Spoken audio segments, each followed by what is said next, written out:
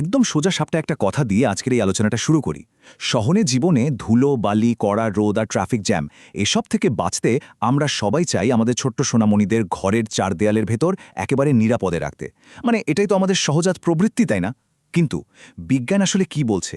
ঘরের ভেতর এই যে একেবারে আটকে রাখছি, এতে কি সত্যি তাদের উপকার হচ্ছে, নাকি একদম অজান্তেই আমরা তাদের মস্তিষ্কের বিকাশের বিশাল একটা সুযোগ কেড়ে নিচ্ছি? চলুন আজকের এই বিশ্লেষণে একটু গভীরে গিয়ে দেখি চার দেয়ালের বাইরের জগৎটা একটা শিশুর জন্য আসলে কতটা ক্রুশিয়াল। এখন একটা বড় প্রশ্ন হল, চার দেয়ালের ভেতরে শিশুরা কি আক্ষরিক অর্থেই পুরোপুরি নিরাপদ? আমরা হয়তো ভাবছি শারীরিক সুরক্ষা তো নিশ্চিত করা গেল, কিন্তু এর পেছনে একটা অদৃশ্য মূল্য আমাদের চোখাতে হচ্ছে। একটা শিশুকে যখন সারাক্ষণ ঘরের ভেতরে আটকে রাখা হয়, তখন তাদের মস্তিষ্কে যে লাখ লাখ নতুন কানেকশন তৈরি হওয়ার কথা, আর সেটা কিন্তু খুব দ্রুত গতিতেই হয়, তার সুযোগ একদম লিমিটেড হয়ে যায়।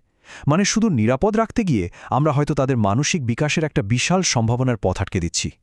ঘরের ভেতরের ওই ছোট্ট জগৎটার কথা একটু চিন্তা করুন তো।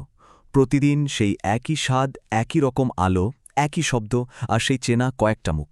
নিরাপদ অবশ্যই, কিন্তু শিশুর অনুভূতির জগৎটা এখানে ভীষণ রকমের বন্দী। এর ঠিক উল্টো দিকে চার দেয়ালের বাইরের জগৎটার দিকে তাকালে দেখবেন সেটা একেবারে অন্যরকম একটা ক্যানভাস। এই যেমন গাছের পাতার মর্মধ্বনি, হঠাৎ শোনা পাখির ডাক, রোদের সেই মিষ্টি উষ্ণতা, বাতাসের স্পর্শ আর একদম নতুন সব মানুষের মুখ।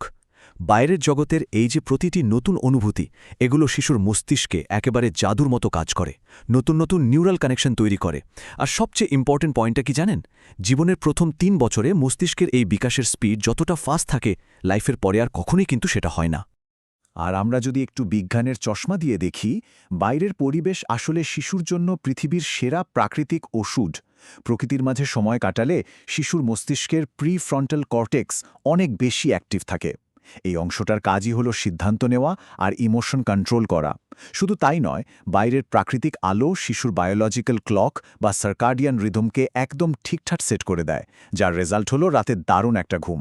এর পাশাপাশি বাইরের পরিবেশের নানা ধরনের ন্যাচারাল ব্যাকটেরিয়ার সংস্পর্শে এলে শিশুর ইমিউন সিস্টেম বা রোগ প্রতিরোধ ক্ষমতা বুঝতে পারে কিভাবে লড়াই করতে হবে। আর ওই যে রোদ, ওখান থেকে তো অত্যন্ত প্রয়োজনীয় ভিটামিন ডি পাওয়া যায়ই, যা শিশুর হাড় মজবুত করতে একেবারেই অপরিহার্য। তাহলে আসল পয়েন্টে আসা যাক, কিভাবে আর ঠিক কোন বয়সে শিশুকে বাইরে নেওয়া শুরু করা উচিত? গাইডলাইনটা কিন্তু খুব সিম্পল। একদম 0 থেকে 3 মাস বয়সীদের ক্ষেত্রে খুব সকালে বারান্দা বা ছাদে জাস্ট 10-15 মিনিটের মিষ্টি রোদ আর পাখির ডাক শোনানোই যথেষ্ট।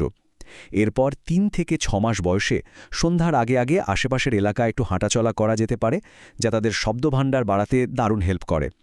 শিশু যখন 6 থেকে 12 মাসে পা দেয়, তখন তাদের সরাসরি ঘাসের উপর বসতে বা মাটিতে হাত দিতে দেওয়া উচিত। হ্যাঁ, হাত নোংরা হবে, ধুলোবালি লাগবে, বাসায় এসে ধুয়ে দিলেই তো হলো। কিন্তু এই যে মাটির সাথে সেন্সরি কানেকশন, এটা বাজারের কোনো দামি খেলনা দিতে পারবে না। আর 1 থেকে 3 বছর বয়সে শিশুকে একদম স্বাধীনভাবে দৌড়াতে দিন, এমনকি মাঝে মধ্যে একটু পড়তেও দিন। এই যে প্রতিটি পড়ে যাওয়া, এটা তাদের ব্যালেন্স রাখতে শেখায় আর পড়ে গিয়ে নিজে নিজে ঘুরে দাঁড়াতেও শেখায়। শহরে জীবনে আমাদের মনে একটা ভয় কিন্তু সবসময় কাজ করে। দিন শেষে প্রকৃতির মাঝে গিয়ে শিশুর যে নির্মল একটা আনন্দ হয়, সেটাই আসলে তার মস্তিষ্কের জন্য সবচেয়ে বড় ভিটামিন। সত্যি বলতে, প্রতিদিন যদি অন্তত 20 মিনিট সময় বের করে শিশুকে নিয়ে বাইরে বের হওয়ার একটা ছোট্ট চ্যালেঞ্জ নেওয়া যায়, তাতে কিন্তু ক্ষতি নেই। পার্ক না থাকলে নিদানপক্ষে বাড়ির বারান্দা বা ছাদ হলেও চলবে। তবে শর্ত একটাই, এই সময়টায় হাতের মোবাইল ফোনটা দূরে সরিয়ে রেখে সম্পূর্ণ মনোযোগ দিতে হবে শিশুর দিকে। নতুন কিছু আবিষ্কারের পর শিশুর চোখ দুটো ঠিক কতটা উজ্জ্বল হয়ে ওঠে, সেটা একবার খেয়াল করলেই বুঝতে পারবেন। এই পিওর আনন্দের কাছে ঘরের ভেতরের যে কোনো খেলনার আনন্দ একেবারেই নস্যি। পরিপাটি একটা পরিষ্কার ঘর, একটা নিরাপদ বিছানা বা দামি খেলনা, এগুলো অবশ্যই দরকারি। কিন্তু ওই যে বাইরের পৃথিবীটা, এর রং, এর শব্দ, এর গন্ধ আর স্পর্শ, এগুলো একটা শিশুর বেড়ে ওঠার জন্য আরও অনেক বেশি দরকারি।